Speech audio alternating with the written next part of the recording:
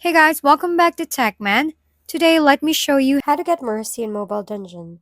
Mercy is a legendary hero in Mobile Dungeon who is not always available through standard summoning banners.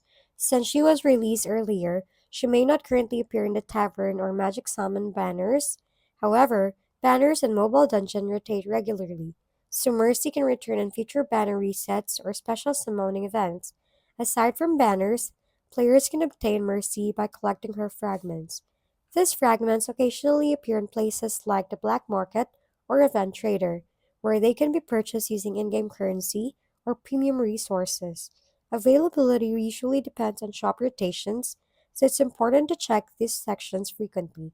Limited time events can also provide opportunities to earn Mercy fragments or related rewards, sometimes through milestone progression or event trading shops.